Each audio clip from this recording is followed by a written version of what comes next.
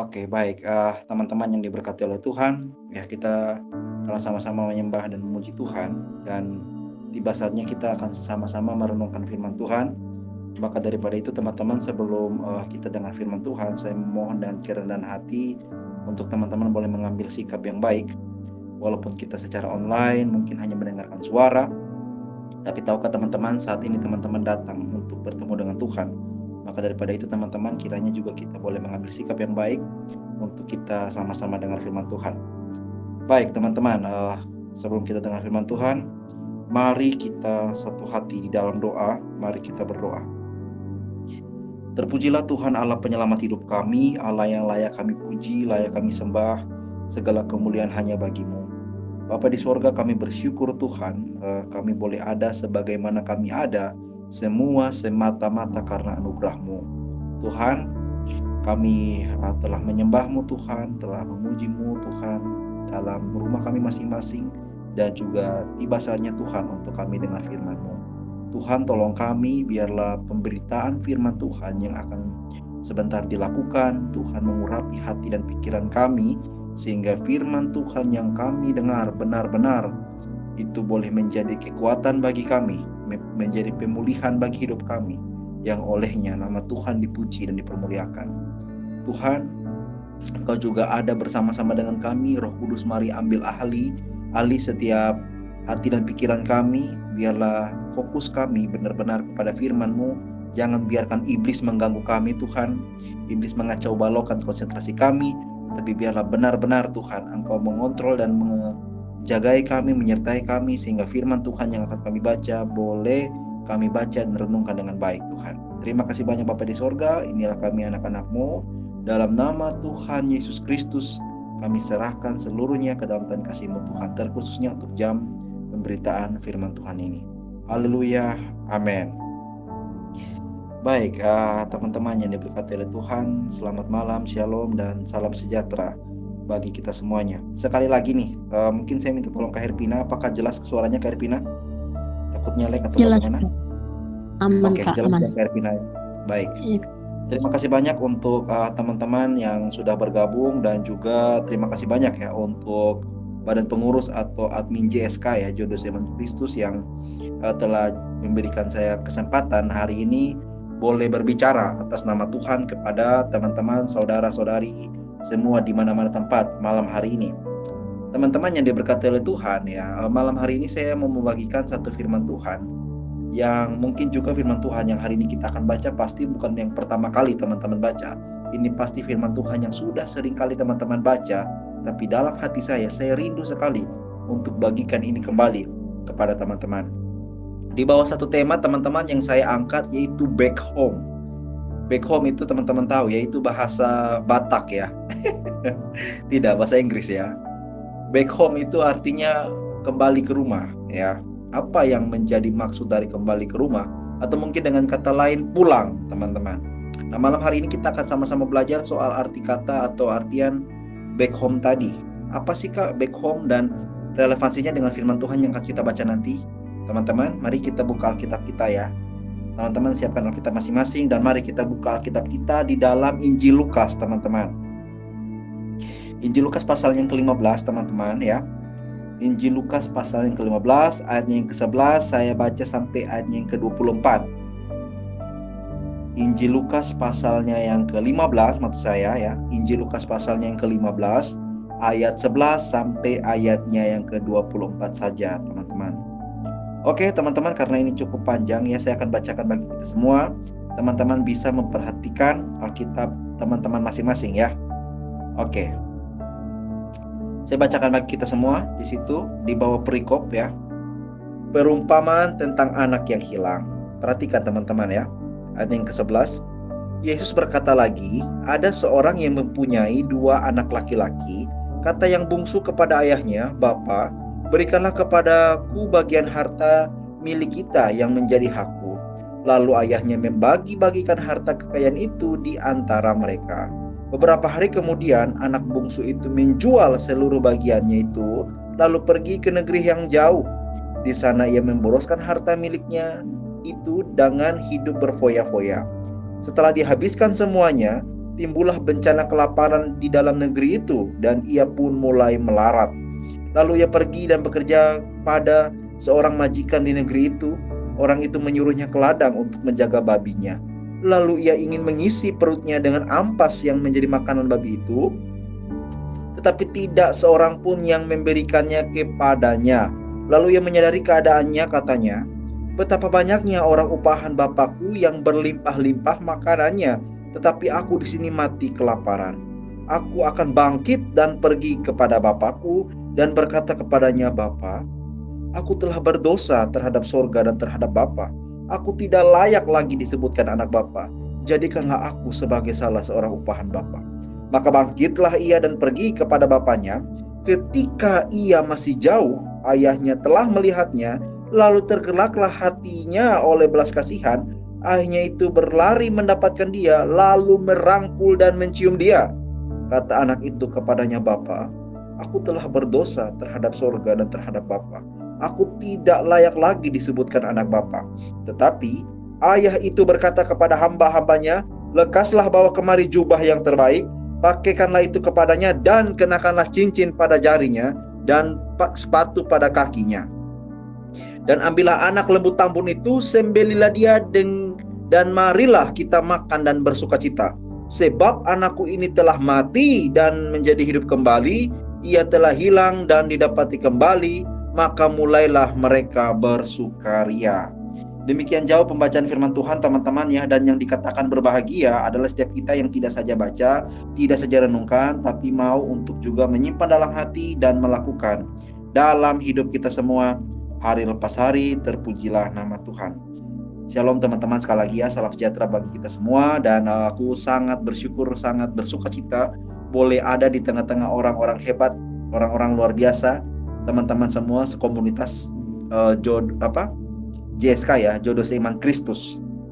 Teman-teman yang diberkati oleh Tuhan, perenungan kita malam hari ini berbicara soal anak bungsu yang hilang. Dan kalau kita sudah baca tadi ayatnya teman-teman ya, ini mungkin yang saya bilang tadi di awal, ini bukan cerita yang pertama kali teman-teman dengar. Tetapi teman-teman, ketika teman-teman mungkin mau untuk merenungkannya malam hari ini lebih dalam lagi, teman-teman akan melihat di sini betapa buruknya kita dan betapa besar kasih Bapa atau kasih Allah akan kita. Teman-teman yang diberkati oleh Tuhan ya, kita akan menjumpai beberapa tokoh di sini. Namun di sini mungkin saya lebih kepada dua tokoh yang menjadi sorotan untuk kita sama-sama belajar dari mereka. Yang pertama ada si bungsu, dan kedua ada si bapa. Dan teman-teman tahu, penggambaran perumpamaan ini sebetulnya ditujukan bagi waktu itu orang-orang Yahudi yang mendengarkan. Ya, orang-orang Yahudi waktu itu sangat jengkel atau kesal ketika Tuhan Yesus itu terlalu sering Tuhan Yesus ini terlalu sering bergaul, maksudnya dengan orang-orang berdosa, pemungut cukai lah, orang-orang berzina lah, perampok dan lain sebagainya. Orang-orang Yahudi marah, kok kamu atau yang disebut rabi kok bergaulnya sama orang-orang berdosa sih?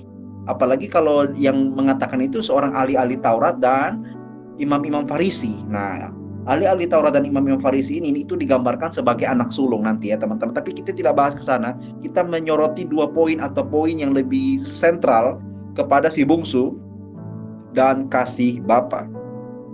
Teman-teman yang berkati oleh Tuhan ya, kalau kita melihat cerita ini bercerita atau memperumpamakan ya, seorang anak yang pergi jauh meninggalkan bapaknya. Teman-teman, kita akan belajar di sini ya. Saya tidak akan monoton dan hanya membacakan ayat per ayat, tapi saya juga mau membagikan beberapa pelajaran penting bagi kita malam hari ini seputaran anak bungsu yang hilang ini teman-teman ya. Kalau kita melihat teman-teman, diawali ceritanya adalah bahwa ada seorang yang mempunyai dua anak laki-laki, tentunya ini si bapak ya. Mempunyai dua orang anak laki-laki, lalu tiba-tiba si bungsu berkata kepada ayahnya, ayat yang ke-11 teman-teman perhatikan ya. Bapa, berikanlah kepadaku bagian harta milik kita, maksudnya ya. Bapa, berikanlah kepadaku bagian harta milik kita yang menjadi hakku. Dan teman-teman tahu bahwa memang dalam kultur budaya orang Yahudi, pembagian harta atau warisan itu memang sah-sah saja ya, apalagi diberikan kepada anak, apalagi mempunyai dua anak. Tetapi teman-teman, jika kasusnya mempunyai dua anak, biasanya harta warisan itu cenderung kebanyakan lebih diberikan kepada si sulung dan seperempat atau sebagian diberikan kepada si bungsu. Teman-teman bisa lihat ya, mungkin saya bandingkan dengan beberapa data dalam kitab Perjanjian Lama yang merujuk kepada tadi soal pembagian harta. Contohnya dalam kitab Ulangan 21 ayat yang ke-17, di situ dikatakan, tetapi ia harus mengakui anak yang sulung ya, anak dari istri yang tidak dicinta itu, dengan memberikan kepadanya 2 bagian dari segala kepunyaannya, sebab dialah yang kegagahannya yang pertama-tama, dialah yang punya hak kesulungan. Jadi teman-teman, dalam kasus ini karena bapak itu mempunyai 2 anak ya teman-temannya, maka anak sulung itu harusnya mendapat 2/3 bagian, sedangkan anak bungsu itu mendapat 1/3 bagian. Jadi memang seharusnya ya memang si bungsu itu mempunyai bagian dari warisannya itu. Tetapi teman-teman, yang harus kita juga pelajari di sini, kalau misalkan si bungsu atau si sulung memang bisa dapatkan harta, tetapi khusus si bungsu teman-teman, biasanya pembagian hak waris atau harta ini teman-teman itu dibagikan setelah ayahnya meninggal teman-teman. Setelah bapak meninggal, adalah kurang ajar kalau misalkan bapaknya belum mati, bapaknya belum meninggal, tapi sudah dimintai hak warisan teman-teman. Itu seakan-akan mau mengatakan bahwa bapak kamu mati cepat sudah, karena saya mau minta harta. Wow, yang pertama kita jumpai si bungsu ini kurang ajar teman-teman kepada bapak. Kenapa? Walaupun dia punya hak untuk dapatkan hak warisan, tetapi itu belum waktunya. Waktunya nanti diberikan ketika kalau bapaknya sudah mati dulu dong. Masa bapaknya masih hidup langsung tiba-tiba dimintai hak waris? Seakan-akan dia mau mengatakan bahwa bapaknya itu tidak dianggap hidup, atau dikatakan bahwa kurang lebih, bapak kamu mati aja deh, dan saya mau harta itu. Kita lihat di sini teman-teman, kurang ajar atau dosa yang pertama yang bungsu lakukan adalah dia kurang ajar terhadap bapak dengan meminta hak waris di saat bapaknya masih hidup. Teman-teman diberkati oleh Tuhan ya. Dikatakan kurang ajar ya, karena memang tadi saya bilang dia itu meminta hak waris ketika bapaknya masih hidup ya. Dan teman-teman diberkati oleh Tuhan, walaupun demikian yang kita belajar dari Bapak tetap mengasihi dia. Bapak tetap mengasihi bungsu. Kalau teman-teman perhatikan ayatnya yang ke-13, ayat yang masih 11 ya, bagian yang ke C itu. Lalu ayahnya membagikan harta kekayaan itu di antara mereka. Walaupun si bungsu kurang ajar, sebetulnya itu adalah tindakan yang kurang ajar, tapi Bapa di sini tetap masih mau mengasihi dia dan memberikan apa yang menjadi hak si bungsu. Itu yang pertama. Ya.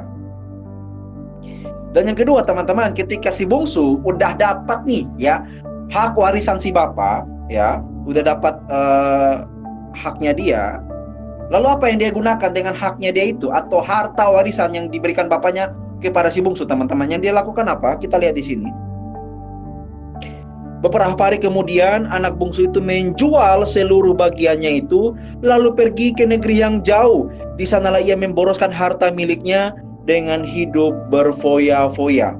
Kalau keterangan dari si sulung kita lihat dalam Injil Lukas pasal 15 ayat yang ke-30, di situ dikatakan, tetapi baru saja ia datang anak bapa yang telah memboroskan harta kekayaan bapa bersama-sama dengan pelacur-pelacur. Maka bapa menyembelih anak lembu tambun itu untuk dia. Nah ini si sulung marah karena dia bilang, wah si bungsu ini dia udah memboroskan harta bapa ya, dia udah kurang ajar terhadap bapa, kok bapa masih sih mau mengasihi dia? Nah kira-kira kayak gitu, sulung marah ya. Dan yang teman-teman yang diberkati oleh Tuhan, ketika si bungsu ini menghabiskan harta milik ayahnya ya, dan dia hidup berfoya-foya. Yang kita tarik untuk pelajaran pertama malam hari ini, teman-teman dengar baik.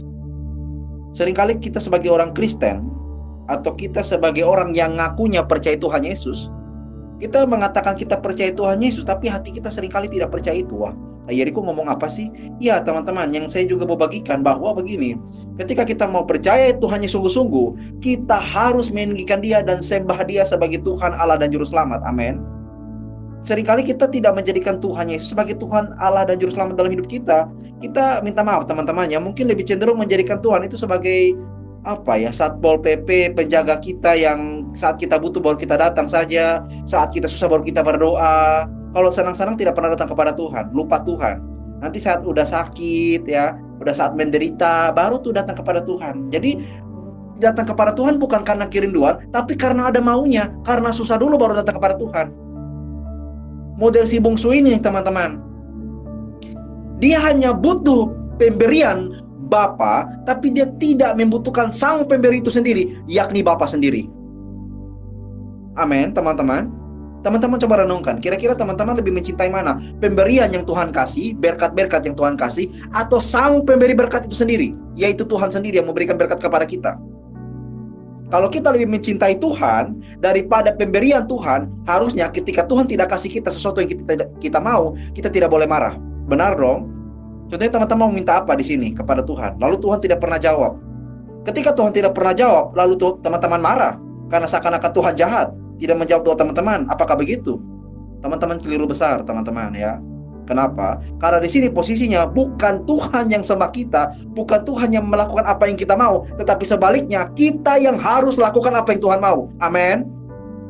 Teman-teman, ya. Jadi di sini yang mau ditegaskan, yang pertama kita belajar baik-baik untuk kita renungkan dan bawa pulang setelah kita selesai seteduh. Teman-teman renungkan dengan baik. Ketika teman-teman sungguh-sungguh ya percaya kepada Tuhan, harusnya mau susah mau senang, mau menderita mau suka, mau apapun yang terjadi, saya tetap cinta Tuhan. Amin. Harusnya begitu, harusnya. Kalau memang kita sungguh-sungguh percaya Tuhan. Tapi kita bisa pastikan kalau kita mengaku saja cinta Tuhan, tapi kalau ada proses kita mengeluh, ada persoalan kita mengeluh, ada permasalahan kita mengeluh, bahkan marah-marah Tuhan lagi.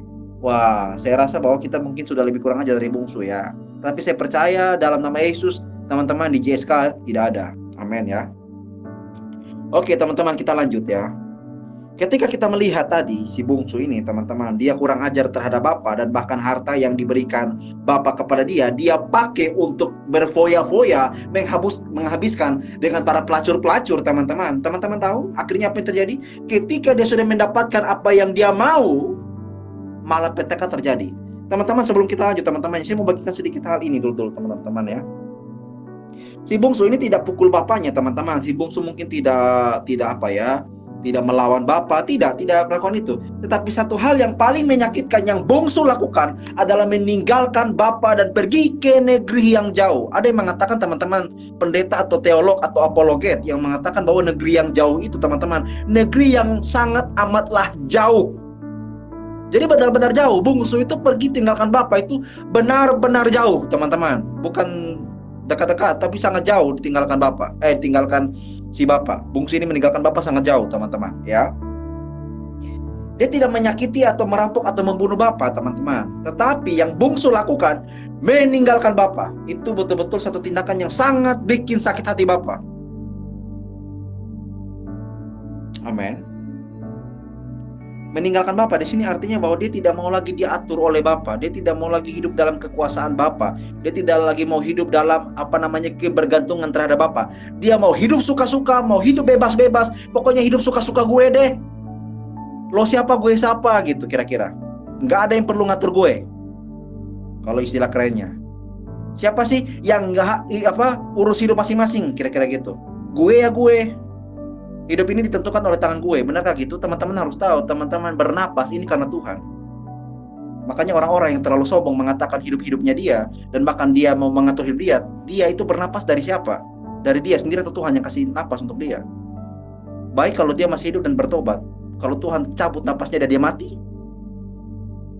Amin. Makanya malam hari ini saya benar-benar mau menegaskan kepada kita supaya kita tidak main-main dengan Tuhan. Kita orang Kristen harus beda. Amin. Apalagi sebagai anak muda, jangan sama dengan orang lain teman-teman. Kalau kamu katakan kamu percaya Tuhan Yesus, lalu hidupmu sama dengan orang lain, tidak ada beda dengan orang lain, maka kamu tidak percaya Yesus. Ya. Jadi teman-teman yang diberkati oleh Tuhan ya, ketika tadi kita melihat si bungsu ini pergi ke negeri yang jauh ya, dan lalu akhirnya dia menghabiskan harta milik bapaknya. Dan ketika dia sudah melakukan kenikmatan dan segala sesuatu yang dia mau, akhirnya apa? Malah petaka terjadi. Itulah dia teman-teman, dosa seringkali menawarkan kepada kita satu hal yang nikmat di awal, tapi kehancuran jangka panjang. Amin teman-teman. Bro, narkoba bro, rokok nih bro, alkohol mau nggak? Enak nih bro. Menawarkan kenikmatan di awal, tetapi teman-teman tahu itu akan menghancurkan teman-teman dalam jangka panjang, dan bahkan mungkin akan membawa teman-teman kepada kebinasaan. Makanya teman-teman jangan mau tertipu dengan tipu muslihat iblis teman-teman. Harus dekat dengan Tuhan sungguh-sungguh supaya teman-teman bisa peka. Amin. Kalau misalkan kita ditawarkan sesuatu yang nikmat di dunia ini, teman-teman tahu kenikmatan dalam dunia ini ada limitnya. Terbatas teman-teman, dan pasti semua itu akan sia-sia. Tetapi kalau teman-teman menemukan kebahagiaan yang sejati dan teman-teman dapatkan dalam Tuhan Yesus, saya berani jamin itu unlimited teman-teman, tiada batas. Tidak ada satu orang pun atau pribadi manapun atau dunia ini manapun ya yang memberikan kebahagiaan kepada kita melebihi kebahagiaan yang Tuhan berikan kepada kita. Amin. Kenapa? Karena Tuhan itulah sumber kebahagiaan bagi kita. Teman-teman mau cari kebahagiaan di bawah kolong langit ini selain di dalam Tuhan Yesus, teman-teman tidak akan pernah menjumpainya. Percayalah. Ya. Dan kita menjumpai di sini teman-teman, ketika dia sudah mendapatkan yang dia mau, dia boroskan, dia foya-foya, dan akhirnya dia mendapatkan bencana, malapetaka. Apa itu bencana dan malapetakanya? Kita lihat di sini ya. Setelah dihabiskan semua itu, timbullah bencana kelaparan teman-teman di negeri itu, dan ia pun mulai melarat. Nah, tiba-tiba udah kelaparan muncul, dan dia udah terjadi bencana, dia udah mulai melarat. Dan teman-teman tahu ini yang sangat ngeri sekali atau sangat ironis. Kenapa? Kalau kita lihat teman-teman ya, ini diceritakan dalam konteks kultur budaya orang Yahudi. Jadi pastinya ini digambarkan anak bungsu adalah orang Yahudi. Dan teman-teman tahu yang pertama sebelum kita lanjut, orang Yahudi itu tidak makan daging babi teman-teman. Amin. Orang Yahudi tidak makan daging babi. Nah, babi itu satu kenajisan bagi orang Yahudi. Bagi orang Yahudi, bagi kita tidak ya. Tapi bagi orang Yahudi saja. Ya. Mereka tidak makan daging babi, dan teman-teman tahu kalau sampai ada orang Yahudi yang sudah tidak makan daging babi tapi jaga kandang babi, aduh itu penghinaan gila-gilaan teman-teman. Sungguh mati, itu penghinaannya gila-gilaan. Orang Yahudi tidak makan daging babi, tapi kalau sampai jaga kandang babi, ya astaga itu penghinaannya gila-gilaan teman-teman. Itu hancur-hancuran. Makanya teman-teman, sebelum teman-teman jatuh dalam dosa, sebelum teman hancur-hancuran, sebelum teman itu juga dapat penghinaan gila-gilaan, lebih baik bertobat. Selagi masih ada waktu, selagi hari masih siang. Jangan tunggu sampai kita sudah mau mati melarat baru bertobat. Selagi masih ada waktu, bertobatlah teman-teman. Itu akan lebih indah dan lebih nikmat. Amin. Jadi kita lihat yang pertama di sini ya. Dia ini teman-teman berfoya-foya, dan akhirnya dia itu menderita kelaparan, dan akhirnya dia mulai melarat. Dan teman-teman tahu, karena sudah kelaparan, karena sudah melarat, dia akhirnya nggak mau jaga kandang binatang, atau dia bekerja lah istilahnya. Supaya apa? Supaya dia bisa makan. Kalau nggak makan mati dong. Lihatlah teman-teman, dari dia yang kaya punya harta, tiba-tiba miskin dan melarat. Ya. Dan akhirnya di sini dia untuk mengisi perutnya dia pergi bekerja kepada seorang yang dia punya babi, dan dia menjaga babi. Kita lihat dulu ayatnya ya. Ayat yang ke-15 dari Injil Lukas pasal 15. Di situ dikatakan, lalu ia pergi dan bekerja pada seorang majikan di negeri itu. Orang itu menyuruhnya ke ladang untuk menjaga babinya. Lalu ia ingin mengisi perutnya dengan ampas yang menjadi makanan babi. Aduh, ini lebih penghinaan lagi teman-teman. Sudah tidak makan daging babi, kalau sampai jaga babi itu penghinaan. Dan kalau makan makanan babi lagi, aduh. Teman-teman bisa bayangkan itu. Aduh, itu penghinaannya lebih dalam lagi teman-teman. Hancur-hancur, sehancur-hancurnya teman-teman. Lihat di sini. Inilah dosa teman-teman ya. Kalau teman-teman tidak peka dan dosa itu menguasai hidup teman-teman, maka kehancuran yang akan teman-teman dapatkan. Ya, saya omong apa adanya. Lalu ia pergi dan bekerja pada seorang majikan di negeri itu. Orang itu menyuruhnya ke ladang untuk menjaga babinya. Itu penghinaan sekali. Dan yang lebih menghinakan adalah apa? Lalu ia ingin mengisi perutnya dengan ampas yang menjadi makanan babi. Ampas makanan babi teman-teman. Itu juga dia tidak dapat loh, bayangkan. Astaga, makanan-makanan babi juga nggak dapat. Lihatlah. Tetapi teman-teman tahu, bungsu ini sudah pergi tinggalkan bapak begitu jauh, teman-teman, jauh sekali. Dan teman-teman tahu ya, ketika dia bahkan tidak bisa makan makanan babi, di sini baru dia merenung. Wah, gimana ya hidupku ya? Aku mulai merenung nih, aku menyesal banget. Aku udah tinggalin bapak. Aku udah pergi tinggalin bapak bahkan sangat jauh, dan aku rasa bahwa bapak tidak mungkin terima aku lagi. Aku rasa mungkin bapak akan menolak aku, dan mungkin bapak tidak mau anggap aku lagi sebagai anak. Tetapi aku mau datang kembali kepada bapak. Walaupun bapak tidak terima aku, tapi aku mau kembali padanya. Si bungsu teman-teman, ketika dia sudah dapat malapetaka, bencana, melarat, kelaparan, di sini dia mulai menyadari bahwa dia sudah dalam keterpurukan, dia sudah dalam kehancuran. Dan ketika dia sudah mendapatkan itu semua, kehancuran, malapetaka, dan juga kemalangan, dia berinisiatif, dia menyadari, wah ternyata pembantu di rumah bapak itu makanannya juga lebih enak dari sini. Dia mulai merenung, orang upahan di rumah bapak itu makanannya terjamin. Kita lihat ayatnya. Ayat 17. Lalu ia menyadari keadaannya, katanya, betapa banyaknya orang upahan bapakku yang berlimpah-limpah makanannya, tetapi di sini aku mati kelaparan. Dia mulai menyadari keadaannya yang mulai terpuruk, kelaparan, dan melarat. Dia mulai menyadari keadaannya. Bagus si bungsu ini teman-teman, yang kita belajar. Tidak semua buruk ya. Yang kita belajar dari bungsu, dia mau datang kepada Bapak, dia mau bertobat. Walaupun mungkin dia anggap bahwa Bapak tidak mungkin terima dia lagi. Mungkin dia kira dia tidak layak. Dan ini kita tarik kepada diri kita sendiri. Teman-teman yang sudah jauh dari Tuhan sekarang, dengar baik. Teman-teman mau datang kepada Tuhan, tapi teman-teman merasa bahwa teman-teman tidak layak, karena teman-teman merasa teman-teman terlalu berdosa, datanglah padanya teman-teman. Dia tetap akan terima teman-teman. Seburuk apapun hidup teman-teman, bagaimanapun keterpurukan teman-teman, kalau teman-teman sungguh-sungguh mau datang padanya, buka hati sungguh-sungguh padanya, dia tetap terima teman-teman. Amin. Dia tetap terima teman-teman. Apapun yang menjadi keterpurukan, kekurangan, keterbatasan apapun dalam hidup teman-teman, kalau memang teman-teman mau kembali kepada Bapa, datang mencintai dia, dia pasti terima teman-teman. Amin ya, teman-teman. Jadi kita lihat di sini teman-teman, si bungsu ini udah mulai merenung-renung ya, dia melihat bahwa di rumah bapak pembantu justru makan lebih enak nih. Gimana ya caranya ya? Lalu kita lihat di sini. Dia mulai menyadari, lalu dia mengambil komitmen di situ teman-teman. Kita lihat ayat yang ke-18. Aku akan bangkit, bukan hanya aku akan bangkit, tapi pergi kepada Bapakku dan berkata kepadanya. Ini menarik teman-teman, catat ya di sini ya. Perhatikan ya. Sebelum bungsu datang kepada Bapak, si bungsu ini udah merencanakan 3 perkataan yang akan dikatakan kepada Bapak. Dia itu udah mulai bikin schedule gitu ya. Nanti kalau ketemu Bapak, aku mau ngomong gini aja deh, karena aku tahu aku orang yang berdosa, aku mungkin tidak mungkin diterima oleh Bapak. Jadi dia mau katakan begini, kita lihat dulu ya.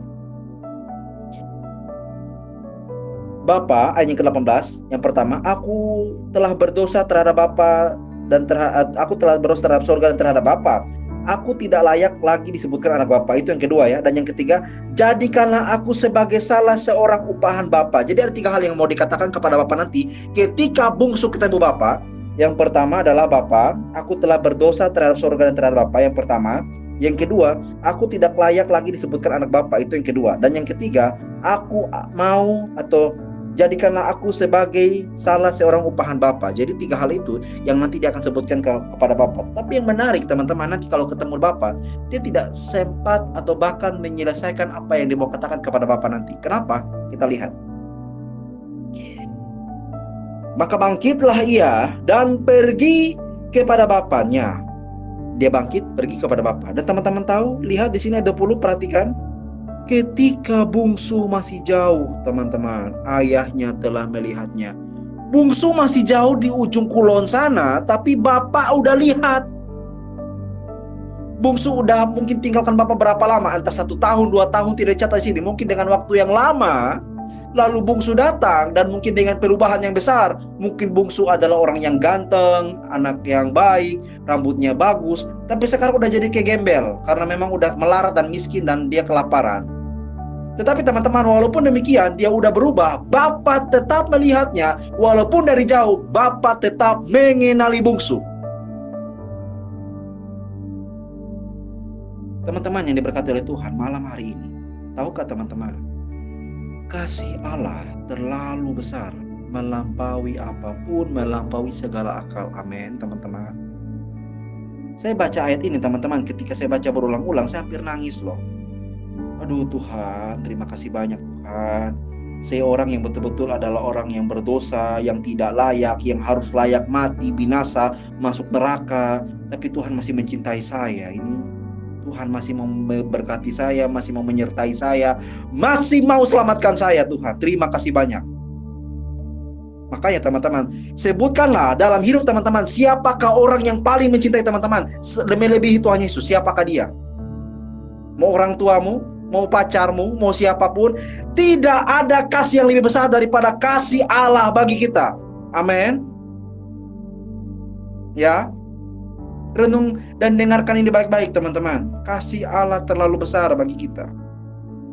Ya. Dan teman-teman tahu yang sangat luar biasa, dan ini bagi saya pribadi, saya tidak tahu dengan teman-temannya, tapi bagi saya pribadi sangat menyentuh hati saya teman-teman, firman Tuhan malam hari ini. Anak masih jauh, bungsu masih jauh, mungkin dia udah berewokan, udah rambut gondrong, tapi masih jauh. Ayah melihat dia teman-teman, dan bahkan ayah mengenalinya. Dan teman-teman tahu yang datang untuk menghampiri si bungsu siapa? Si bungsu yang menghampiri bapak atau bapak yang menghampiri bungsu teman-teman? Coba satu orang jawab. Yang datang menghampiri, saling menghampiri itu siapa? Bungsu hampiri bapak atau bapak yang hampiri bungsu? Di situ di ayatnya yang ke 20 teman-teman. Di situ siapa yang mendapatkan siapa? Si bungsu yang lari mendapatkan bapak atau bapak yang lari mendapatkan bungsu? Satu orang tolong jawab.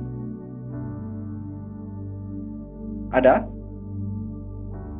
Kak Yehuda atau mungkin Kak Herpina? Si bapaknya lari mendapatkan bungsu. Bapak lari mendapatkan bungsu. Benar sekali Kak Lazarus. Terima kasih banyak ya Kak ya. Kita lihat di sini teman-teman. Ternyata bukan bungsu yang lari mendapatkan bapak ketika bungsu masih jauh. Siapa yang mendapatkan siapa? Bapak yang lari mendapatkan bungsu teman-teman. Dan teman-teman tahu ketika bapak ya lari mendapatkan bungsu, entah si bungsu udah bau keringat kah, si bungsu entah belum mandi berapa hari kah, tidak peduli, bapak rangkul dan cium bungsu teman-teman. Perhatikan di sini, terlalu luar biasa teman-teman. Haleluya teman-teman, lihat di sini ya. Maka bangkitlah ia dan pergi kepada bapaknya. Ketika ia masih jauh, ayahnya telah melihatnya, lalu tergeraklah hatinya oleh belas kasihan. Ayahnya itu berlari mendapatkan dia, lalu merangkul dan mencium dia teman-teman. Amin. Lihatlah kasih bapak ini teman-teman. Menjadi apa namanya ya, pemeran utama di sini bukan bungsut yang sebetulnya mau dikatakan perumpamaan ini teman-teman. Menjadi pemeran utama di sini adalah si bapak sendiri, Tuhan sendiri. Dia menunjukkan kasihnya yang besar terhadap kita orang-orang berdosa. Kita sering mengkhianati dia, kita sering meninggalkan dia, kita sering tidak mempedulikan dia, kita tidak sering sama-sama dengan dia, membangun relasi dengan dia. Kita tidak pernah menghargai dia. Tetapi kasihnya jauh melampaui itu semua bagi kita. Sungguh luar biasa teman-teman. Ya. Makanya teman-teman lihat di sini. Lari mendapatkan si bungsu, merangkul dan mencium dia. Saya bersaksi sedikit teman-teman, saya bersaksi ya. Ada seorang teman saya cewek, dia ini minta maaf ya teman-teman ya, dia mempunyai pekerjaan yang nggak benar. Dia punya pekerjaan yang nggak benar lah istilahnya gitu. Teman cewek aku ya. Dia udah lama dalam pekerjaan yang nggak benar itu. Dan ketika dia ketemu aku waktu itu, kita kenalan dan aku nggak tahu orangnya ini kerja apaan waktu itu, aku nggak tahu karena aku memang orangnya spontan-spontanan, jadi sering ajak-ajak orang ibadah. Kak, kalau mau ada waktu ibadah yuk kak, di gereja, di persekutuan doa, yuk kak gabung, join ibadah. Nah ketika teman aku ini, teman-teman puji Tuhan udah kenal baik dengan aku dan dia memang juga mau kembali kepada Tuhan. Ketika dia mendengar aku ajak dia ibadah, Kak Yeriko nggak salah ya? Oh salah gimana? Maksudnya Kak Yeriko ajak aku ibadah nih. Lah emang kenapa kalau ajak kamu ibadah? Lah Kak Yeriko nggak lihat aku ini gimana? Lah kamu kenapa? Aku bilang gitu. Dia seakan-akan merasa bahwa aduh dia ini tidak layak tuh teman-teman. Dia tidak layak datang kepada Tuhan, apalagi datang ke gereja dia malu katanya. Kenapa? Aduh karena saya udah terlalu berdosa Kak Yeriko. Saya rasa saya nggak layak Kak Yeriko. Sungguh beneran. Mungkin kalau Tuhan Yesus tahu dosa aku, mungkin Tuhan Yesus nggak mungkin mengampuni aku. Loh kok gitu sih Kak? Aku bilang gitu. Iya karena aku terlalu berdosa. Ketika aku dengar itu, aku pertama bingung mau jawab apa, tapi aku tersenyum sedikit dan berkata kepadanya begini, Kakak Nona ya, saya panggil Kakak Nona saja teman-teman ya, supaya saya tidak sebutkan namanya. Kakak Nona, Saya bilang kayak gitu ke dia. Saya berikan satu kisah. Teman-teman, satu kisah ini teman-teman mungkin pernah dengar. Teman-teman tahu satu pendeta di Surakarta kalau tidak saya salah ya. Namanya Pendeta Gun-Gun Supardi, teman-teman. Pendeta Gun-Gun Supardi ini, teman-teman, kalau teman-teman baca, nanti bisa teman-teman googling ya. Ini ceritanya terlalu luar biasa, kisah nyata. Pendeta Gun-Gun Supardi sebelum dia jadi pendeta, dia ini kan adalah seorang ABK, anak buah kapal barang, dan waktu itu dia menjadi anak buah kapal di satu kapal besar di Meksiko, teman-teman ya. Jadi si Gun-Gun Supardi ini mempunyai pekerjaan menjadi ABK, anak buah kapal di salah satu kapal besar atau kapal barang di Meksiko waktu itu. Entah tahun 1908 berapa, aku udah lupa ya ceritanya. 1980-an lah kira-kira kayak gitu, atau 1990-an ya, 80-90-an lah kurang lebih. Gun-Gun Supardi ini, teman-teman ya, dia ini menjadi anak buah kapal. Dan teman-teman tahu, ketika dia menjadi anak buah kapal, dia menjadi satu-satunya orang Indonesia waktu itu di atas kapal. Sisanya itu dari Eropa semua, ada yang dari Italia, Inggris, Spanyol, Yunani, Kapadokia lagi. bukan dari mana lagi ya, dari Inggris dan lain sebagainya. Kalau Kapadokia beda ya teman-temannya, itu It's My Dream. Jadi teman-teman ya, ketika Gung Supardi itu menjadi satu-satunya orang Indonesia di atas kapal, dia itu mendapat bullying, intimidasi, diskriminatif, teman-teman.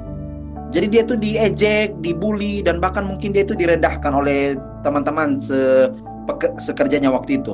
Karena dia orang Indonesia. Teman-teman tahu, karena si Gun-Gun Supardi ini sering dibully, teman-teman, sering dihina, sering diejek ya. Ketika dia sering dihina, diejek, akhirnya Gun-Gun Supardi ini dendam. Dia langsung lapor kepada kapten. Kapten, tolong dulu, ini teman-teman kenapa hina-hina saya ini? Ya, walaupun memang saya orang Indonesia sendiri, tapi janganlah begitu. Kita sama-sama manusia, kita sama-sama kerja. Tapi kapten juga sepertinya tidak menghiraukan si Gun-Gun Supardi. Nah, gara-gara kapten tidak menghiraukan, maka teman-temannya lebih gila-gilaan lagi bully dia. Teman-teman tahu, karena Gun-Gun Supardi sudah dendam, sudah marah, amarah, kuasai dirinya. Teman-teman tahu, dia rencana jam 1 malam dia bawa kapak, teman-teman tahu kapak ya, kayak ya kapak, teman-teman ya, kapak itu, teman-teman, dia mau pakai untuk bunuh orang satu kapal malam itu, karena dia terlalu dendam dengan orang-orang di situ yang terus bully dia setiap hari. Teman-teman tahu, makanya teman-teman ya, tolong jangan bully orang. Kita semua berharga, amin. Teman-teman yang mempunyai, teman-teman yang ada kekurangan, mungkin teman-teman jangan bully dia, jangan olok-olok dia, karena teman-teman tahu dia mungkin lebih baik dari kita, atau kita mungkin tidak lebih baik dari dia. Jadi harus tetap hargai orang. Kayak Gun-Gun Supardi nih, karena dia korban bully, dia dendam, dan akhirnya teman-teman, betul, dia bunuh satu orang di atas kapal dengan kapak, teman-teman. Itu sadis sekali, teman-teman. Dan ketika kapal yang dari Meksiko itu mendarat di Amerika Selatan, mereka melihat bahwa semua orang sudah mati, dan Gun-Gun Supardi pun dapat tangkap. Dia sudah membunuh seluruh orang di atas kapal ABK, termasuk kapten. Teman-teman bayangkan ya, dia bunuh, itu sadis, teman-teman, pakai kapak. Disinyalir, teman-teman, dia itu bunuh potong kepala, teman-teman, bahkan langsung tusuk di dada. Itu memang pembunuhan paling sadis waktu itu ya. Dan teman-teman, karena Gun-Gun Supardi membunuh dengan sangat keji waktu itu, akhirnya teman-teman, dia dihukum seumur hidup dalam penjara, teman-teman. Ya, Gun-Gun Supardi dihukum seumur hidup dalam penjara. Ini cerita yang aku ceritakan kepada teman aku tadi ya, teman-teman ya. Jadi aku ceritain kepada dia. Dan Gun-Gun Supardi ketika teman-teman, dia sudah di penjara. Di penjara itu, teman-teman, ada satu kebiasaan di lorong penjara. Biasanya ada satu evangelis atau penginjil atau pendeta yang seringkali lalu lalang di tengah lorong penjara. Dia berteriak, dia katakan begini, bertobatlah, Tuhan Yesus mencintaimu, Tuhan Yesus mengasihimu, datanglah kepadanya, dia sanggup pulihkan hidupmu. Jadi kayak pendeta itu berteriak melorong pendeta itu kayak kayak dia bolak-balik di lorong penjara sambil menyerukan, bertobatlah kepada Yesus, Yesus sanggup memulihkan hidupmu, Yesus sanggup untuk mengangkat hidupmu. Kira-kira seperti itu. Jadi pendeta itu seperti kayak menginjili ya. Itu persis seperti film Squid Game. Kalau teman-teman tahu di episode berapa ya, entah episode 3 atau 4, itu penginjil di pinggir jalan ya, di film Squid Game itu. Nah, kira-kira begitulah ya, mereka itu berteriak soal Tuhan Yesus. Nah, karena tiap hari Gun Supardi dengar ini orang, Gun Supardi menjadi jengkel, ini pendeta, ini itu, ini orang, ini siapa ya dia ya. Tiap hari serukan nama Yesus, Yesus ini siapa sih dia? Saya percaya, Yesus kalau ketemu saya, dia tahu kebejatan saya yang sangat luar biasa. Ketika pendeta itu sementara lalu lalang di penjara, lalu Gun Supardi tidak tahan mendengarnya. Gun Supardi panggil itu pendeta, tarik dia, dan berkata kepada pendeta itu atau penginjil, kamu ini bicara apa dari tadi? Dari berapa hari lalu kamu sering berteriak soal nama Yesus. Siapa Yesus itu? Kata Gun Supardi ya. Dia tanya, Yesus itu siapa sih? Katanya kayak gitu. Di mana dia? Saya mau bertemu dengan dia. Katanya kamu bilang tadi dia mampu untuk mengampuni orang ya. Kamu kasih tahu ke Yesus, orang seperti saya, kalau dia jumpa dengan saya, dia tidak mungkin mengampuni saya. Di mana saya bisa berjumpa dengan Yesus? Nah, ketika si Gun Supardi tanya itu, pendeta langsung berjawab begini, kamu mau berjumpa dengan Tuhan Yesus? Kamu gak bisa lihat dengan mata jasmani kamu. Lalu bagaimana saya berjumpa dengan Tuhan Yesus? Katanya gitu. Dia hanya bisa ditemukan dalam hatimu, kata pendeta ini. Si Gun Supardi awalnya menjadi aneh dengan pendeta. Kamu gila ya? Masa temukan orang dalam hati? Katanya kayak gitu. Karena dia gak berpikir sampai sana. Tetapi dia bilang begini, tapi saya hanya mau menemukan orang yang mampu mengampuni saya. Karena Gun Supardi, dia merasa tidak mungkin ada satu orang di dunia ini pun ya yang akan mengampuni dia setelah dosa yang besar yang dia lakukan, yaitu bunuh semua kru kapal satu malam itu. Dia merasa bahwa dia sangat berdosa, teman-teman. Dan ketika dia berkata kepada pendeta, dia bilang begini, hei kamu tahu betapa besarnya dosa saya? Saya percaya sekelas Yesus pun tidak akan bisa mengampuni saya. Lalu pendeta itu langsung menjawab Gun Supardi yang berkata, kamu juga tahu kasih Tuhan Yesus melebihi dosamu, kata pendeta itu. Ketika Gun Supardi memang betul-betul rasanya dia mau bertobat ya, lalu dia mulai meneteskan air mata. Dan apa yang harus saya lakukan untuk berjumpa dengan Yesus? Sekarang kamu berlutut, kamu berdoa, dan ikuti kata doa-doa saya. Akhirnya pendeta itu mendoakan Gun Supardi, teman-teman. Ketika Gun Supardi berdoa, tiba-tiba Gun Supardi berteriak, aku bebas, aku bebas. Teman-teman di penjara marah dia, kamu gila, kamu gila. Karena kamu di penjara, kamu bilang kamu bebas, gimana sih? Tapi intinya dia bebas itu bukan karena bebas dari penjara, tapi dia bebas dari dosa, dia bebas dari cengkeraman iblis, dia bebas untuk hidup menikmati berkat-berkat Tuhan ketika dia bertobat datang Tuhan Yesus. Artinya di sini kita melihat dari cerita Gun Supardi dan dia bertobat, dan teman-teman tahu berapa waktu kemudian Amerika waktu itu ganti presiden atau pemerintahan, dan akhirnya pemerintah waktu itu membebaskan atau memberikan remisi untuk membebaskan seluruh narapidana waktu itu, dan akhirnya Gun Supardi pun yang harusnya seumur hidup dibebaskan waktu itu. Dan ketika Gun Supardi bebas, dia bertobat, lalu dia kembali ke Indonesia, dan dia akhirnya komit menjadi pendeta, dan dia menjadi seorang pendeta di Surakarta, entah gereja apa ya, GBI atau apa, saya lupa.